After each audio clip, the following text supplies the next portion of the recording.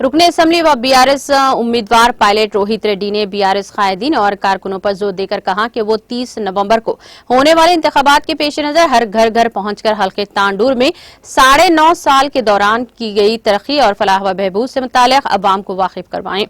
आज तांडूर टाउन में बीआरएस के लीडरों और कारकुनों की जानिब से पैदामूल मंडल के कोटलापल्ली में एक इंतखाबी जलसे का इनेकाद अमल में आया। इस मौके पर रुकने असम्बली रोहित रेड्डी ने कहा कि हल्के तांडूर ने तमाम शोबों में तरक्की की है। इस मौके पर उन्होंने पार्टी कायदीन और कारकुनों को मशवरा दिया कि हुकूमत की तरक्याती और फलाही स्कीमात से वाकिफ करवाते हुए इन्हें आइंदा इंतखाबात में कार के निशान को वोट देने की तरगीब की। इस प्रोग्राम में बड़ी तादाद में बीआरएस कायदीन और कारकुनों ने शिरकत की।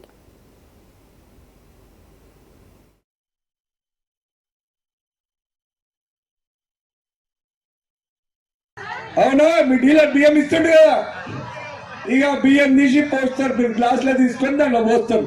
పోసినప్పుడు శ్రీరమ్మ మనకు దొడ్డు బియ్యం ఇస్తున్నారు, దొడ్డు బియ్యం తినాల్సి వస్తుంది, కాళ్ళు లావైతున్నాయి, చేతులు లావైతున్నాయి అని చెప్పి తిట్టుకుంటుంటారు మీరు. అవునా అవునా కదా? మన మహనీయుడు, మన గొప్ప వ్యక్తి కేసీఆర్ గారు ఈరోజు దేశంలో ఎక్కడ లేని విధంగా మరి మనమేమో సన్న బియ్యం తింటుంటే మన తెలంగాణ బిడ్డలు, మన తెలంగాణ పేదింటోళ్ళు దొడ్డు బియ్యం ఎందుకు తినాలి?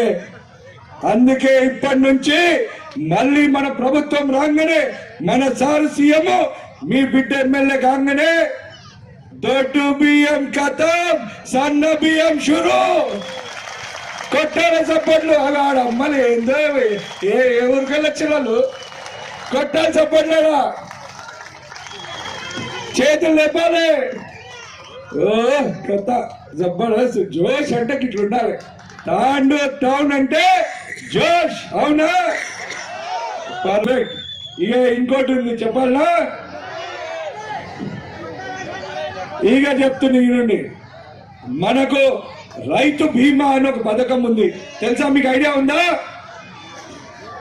రైతు బీమా సాయిపూర్వం మల్రెడ్డిపల్లి ఈ ప్రాంతంలో ఉన్న రైతులకు తెలిసి ఉంటది, మళ్ళీ వాళ్ళు చెప్తారు మీకు.